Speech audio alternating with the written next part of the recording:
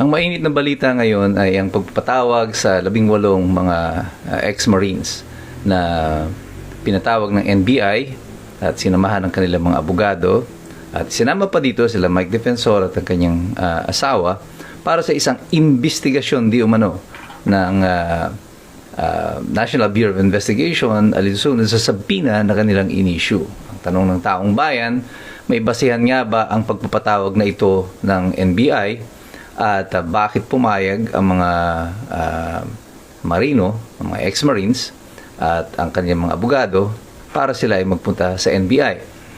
Pag-usapan po natin sa araw na ito yan. Ito po si Attorney Mike Operario. Magandang gabi po sa inyong lahat.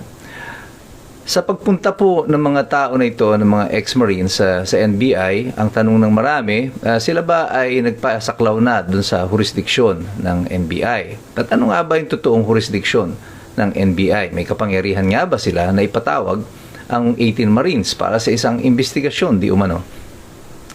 Yung kaso po na ito ay nadaanan ko na noon. Meron akong isang kliyente na inisyuhan din ng subpoena ng NBI na ang kaso na di umano na siya iniimbestigahan ay usurpation of real rights. Ito ay tungkol lamang dun sa mga illegal na pagbebenta ng lupa o pagbili ng lupa. At dahil dito inisyuhan siya ng subpoena at pinapupunta pa sa NBI. Ang suspetsya ko noon ay malamang yung kalaban niya mayroong kakilala sa NBI o mayroong impluwensya sa loob ng ahensya at pina-issuean siya ng subpoena. At bakit ko sinabi yon? Sapagkat hindi po saklaw ng jurisdiction ng NBI yung ganong klase ng mga kaso, yung usurpation of real rights. As a matter of fact, under Section 5 ng Republic Act number 10867 o yung NBI Modernization Act, limitado po ang jurisdiction, ang original jurisdiction ng NBI. Under Section 5, meron lang po silang jurisdiction on human trafficking cases in airports in the Philippines, extrajudicial killings committed by state security forces against media practitioners and activists, and killings of justices and judges, violations of Republic Act number 10175, otherwise known as the Cybercrime Prevention Act, cases referred by the Interagency Anti-Graft Coordinating Council, violations of the Anti-Dummy Law, cases involving threats to security or assaults against persons of the President, Vice President, Senate President, Speaker of the House of Representatives, Chief Justice of the Supreme Court. Transnational crimes pursuant to existing international agreements, identification of dead victims in case of mass fatality incidents caused by natural disasters, and violation of commercial, economic, and financial white-collar crimes. Exception lamang po dito ay kung mayroong specific na kautusan ang presidente sa pamamagitan ng Department of Justice Secretary na mag-conduct ng investigation when public interest so requires. Sa kaso po ng mga 18 Marines here, ano pong krimen ang supposedly sila ay involved para sila ay ma-subject doon sa investigation ng NBI? Ang investigation po, ang power to issue subpoena ng NBI dapat po ay in relation to a case that is pending before it or that is under investigation by the NBI. Sa kaso po ng 18 marino, ano kaya ang kaso na kanilang na-commit na kung saan sila ay iniimbestigahan na ngayon ay di umano ay sumasaklaw sa jurisdiction ng NBI? Parang hindi po malinaw kung ano yung kanilang krimen na ginawa. Bakit sila iniimbestigahan? Kung mayroon naman pong krimen na sila ay nagawa, pinagsususpensyahan at sila ay iniimbestigahan, this will be in the nature of a custodial investigation, or investigasyon kaugnay sa anumang krimen na kung saan tama si Attorney Topacio na pwedeng i-invoke ng mga marino ngayon at ng iba pang mga pinatawag ng NBI yung kanilang right to remain silent. Kaya itong investigasyon ng NBI, apparently, ang purpose nito, I think malinaw ito sa lahat ng mga Pilipino.